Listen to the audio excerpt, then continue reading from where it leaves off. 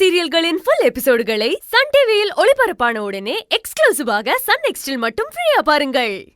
உனக்கு போதுமா இல்ல வேற ஏதாவது சொல்லட்டுமா? போதும் போதும். சூப்பரா இருந்துச்சு, போதும். சாப்பிட்டாச்சா சார்? வாங்க வாங்க, உங்களுக்கு ஒரு ஸ்பெஷல் சர்ப்ரைஸ் இருக்கு. வாங்க. ஓகே வா. Hello everybody. இன்னைக்கு வந்த இத்தனை கப்பிள்ஸ்ல இவங்க தான் லக்கி கப்பிள். இவங்க தான் இன்னைக்கு செலக்ட் ஆயிருக்காங்க.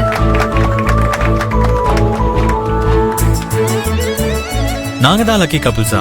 ஆமா, நீங்க தான் அந்த லக்கி கப்பிள்ஸ். ஆனா லக்கி கப்பிளா இருந்தா மட்டும் பத்தாது, நீங்க தான் பெஸ்ட் கப்பிள்னு நாங்க செக் பண்ணுவோம். புரியல. நீங்க ரெண்டு பேரும் எவ்வளவு அண்டர்ஸ்டாண்டிங்ல இருக்கீங்கன்னு தெரிஞ்சிருச்சுன்னா நீங்க தான் பெஸ்ட் கப்பிள். உங்க அண்டர்ஸ்டாண்டிங் தான் பெஸ்ட் கப்பிளுக்கு அடையாளம். ஓ, இப்ப புரிஞ்சிருச்சு. இப்ப நீங்க கேள்வி கேட்க போறீங்க அதானே? ரொம்ப சரி, கேளுங்க. சொல்லுங்க சார், மேடத்தோட ஷூ சைஸ் என்ன? 7. மேடம், சார் சொல்றது சரியா? ஆமா, கரெக்ட். என்னோட ஷூ சைஸ்லாம் தெரிஞ்சு வச்சிருக்காரு. ஓகே, மேடத்தோட பிறந்தநாள் சொல்லுங்க.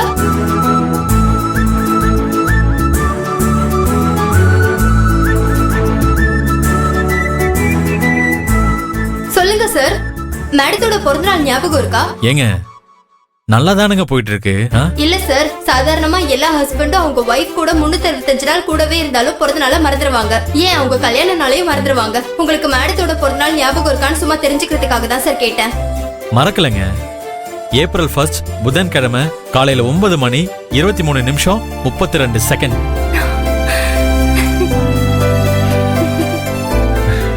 இப்போ சரி. ஓகே, இப்போ மூணாவது கேள்வி. மேடத்தை நீங்க முதல்ல பாக்கும்போது அவங்க என்ன கலர்ல என்ன ட்ரெஸ் போட்டிருந்தாங்க?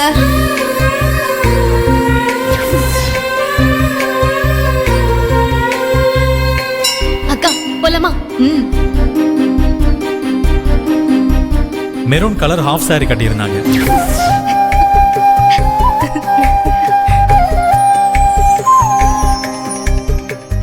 என்ன மேடம், உங்க ஹஸ்பண்ட் உங்களை பத்தி சின்ன சின்ன டீடைல்ஸ் கூட ஞாபகம் வச்சிருக்காரு. உண்மையிலேயே நீங்க லக்கி தான் மேடம். இதுக்கப்புறம் அவர்கிட்ட எந்த கேள்வியும் கேட்க தேவையில்ல. மேடம், நீங்க சொல்லுங்க, உங்க வாலெட்ல என்ன போட்டோ வச்சிருக்கீங்க? சாய்பாபா போட்டோ. உங்க வாலெட்ல என்ன இருக்கு? என்ன, அவங்க அம்மா போட்டோ வச்சிருப்பாரு. ஆமா, எங்க அம்மா போட்டோ இருக்கு. அது கூட எனக்கு அடுத்த அம்மாவா இருக்கிற என் மனைவி போட்டோவும் இருக்கு.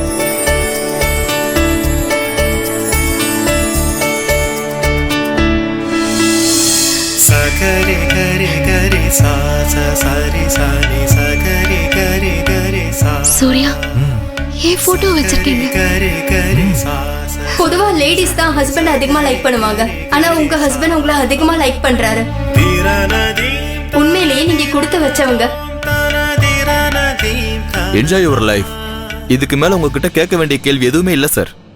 நீங்க தான் best couple sir. Thank you. Thank you. உங்களுக்கு ஸ்பெஷல் gift இருக்கு.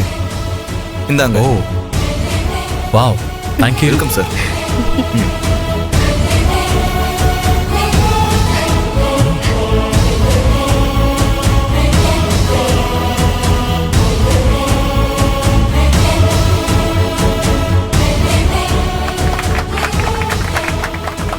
இந்தாங்க மேடம், சாருக்கு போட்டு விடுங்க.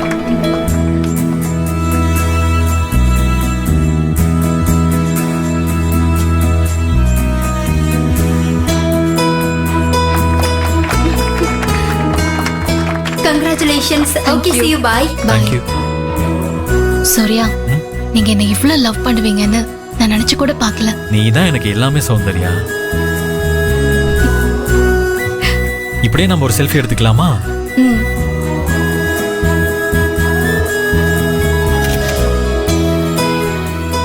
செல்ஃபில மட்டும் இல்லங்க, எப்பவுமே நான் உங்க தோள்ல இப்படி சாஞ்சுக்கிட்டே இருக்கணும். எனக்கு என் புருஷன் நீங்க இருக்கும்போது அவங்க எதுக்கு எனக்கு தாலி பிரிச்சு கோக்குற ஃபங்க்ஷன் நடத்தணும்? உங்க தங்கச்சிக்கு அவங்களோட புருஷன் வீட்ல தாலி பிரிச்சு கோக்குற ஃபங்க்ஷன் பண்றாங்க. நியாயமா புருஷன் வீட்ல தானே நடத்தணும். அதுதானே சம்பிரதாயம். இவங்க கிட்ட வசதி வாய்ப்பு பணம் இருந்தா சம்பிரதாயத்தை அவங்க இஷ்டத்துக்கு வளைச்சுப்பாங்களா? அதுக்கு நாமளும் வளைஞ்சு போகணுமா? அவங்க வீட்ல என்ன வேணாலும் பண்ணிக்கட்டும். ஆனா எனக்கு தாலி பிரிச்சு கோக்குற ஃபங்க்ஷன் நீங்க தான் பண்ணணும். அது முழுக்க முழுக்க நம்ம வீட்டு ஃபங்க்ஷனா தான் நடக்கணும். என்னம்மா? என்ன உங்களுக்கு ரொம்ப பிடிக்கும் தானே? ஆமா. நான் சொன்னா நீங்க கேப்பீங்க தானே? ஆ? நானும் உங்களை நம்பிதான் நீங்க சொன்னீங்கன்னு நீங்க கொடுத்த புடவையோட இந்த வீட்ல நான் இருக்கேன். இவன் என்னம்மா இப்படி மண்டையாட்டிட்டு இருக்கான்? நீங்க என்ன சொன்னாலும் கேக்குறதுக்கு நான் தயாரா இருக்கேன். அதே மாதிரி நான் சொன்னா நீங்களும் கேட்கணும். இவ சொல்றத பாரு. ஏன் புருஷன் தான் தாலி பிரிச்சு கோக்குற ஃபங்க்ஷன் பண்ணணும். அதுவும் ராஜேஸ்வரியோட மருமகளுக்கு எப்படி பண்றாங்களோ அதே மாதிரி. இல்ல இல்ல, அதை விட கிராண்டா எனக்கு நீங்க பண்ணணும். அவங்கள விட எப்படி? எல்லாம் சிறப்பா பண்ணிடலாம்.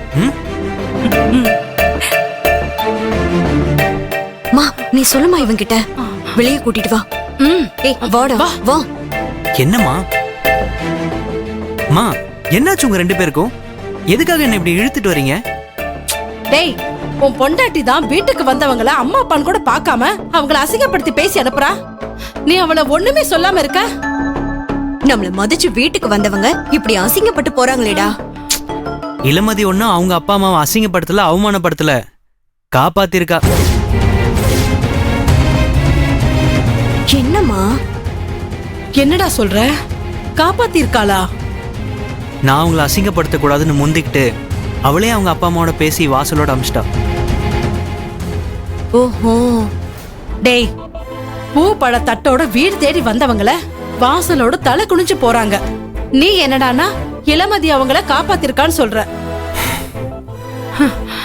அவங்க கொண்டு வந்த பூ பழ தட்ட கூட இளமதி வாங்காம திருப்பி அனுப்பிச்சிட்டான். நீ இப்படி பேசிட்டு இருக்க? அம்மா, உங்க மருமகளை பத்தி உங்களுக்கு தெரிஞ்சதை விட என் பொண்டாட்டிய பத்தி எனக்கு நல்லாவே தெரியுமா. உங்க சம்பந்தைய பத்தி நீங்க ஒண்ணும் கவலைப்பட தேவையில்ல. மக கிட்ட அவமானப்படுறது அவங்களுக்கு ஒண்ணும் புதுசு இல்லையே. என்ன இருந்தாலும் நீ இப்படி பண்ணிருக்க கூடாது கதிர். 1000 இருந்தாலும் இளமதி அவங்க மக. அவ பேசினத நடந்துகிட்டத அவங்க அதெல்லாம் பெருசா எடுத்துக்க மாட்டாங்கடா. ஆனா நீ அப்படி இல்ல கதிர். அவங்களுக்கு நீ மாப்பிள்ளடா. வீடு தேடி வந்தவங்கள வாங்கன்னு ஒரு வார்த்தை கூப்பிட்டுருக்கணும் இல்லையா? அதுதானே முறை. ஆமாடா கதிர். எதிரியா இருந்தாலும் வாசல் தேடி வந்துட்டா வான்னு சொல்றதானே நம்ம பண்பாடு. நீ அத பண்ணிருக்கணும் கதிர். சாரி, இந்த விஷயத்துல நான் உங்க பேச்ச கேட்க மாட்டேன். என் பொண்டாட்டி பேச்ச தான் நான் கேட்பேன். என்னடா திடீர்னு இப்படி மாறிட்ட? நான் மாறவே இல்லை, எப்பவும் ஒரே மாதிரி தான் இருக்கேன். என்னடா சொல்ற? இளமதி என்னதான் அவங்க அப்பா அம்மாவை அசிங்கப்படுத்தினாலும் அவமானப்படுத்தினாலும், ஏன் வேண்டான்னு விரட்டி அடிச்சாலும், ராஜேஸ்வரி அம்மாவோட சொத்துக்கு இளமதியும் ஒரு வாரிசு தானே. அவளுக்கு சேர வேண்டிய சொத்து இளமதி பேருக்கு தான் வந்து சேரும். அப்ப நான் இளமதி பேச்சு தானே கேட்கணும். கண்டிப்பா நான் இளமதி பேச்சு தான் கேட்பேன்.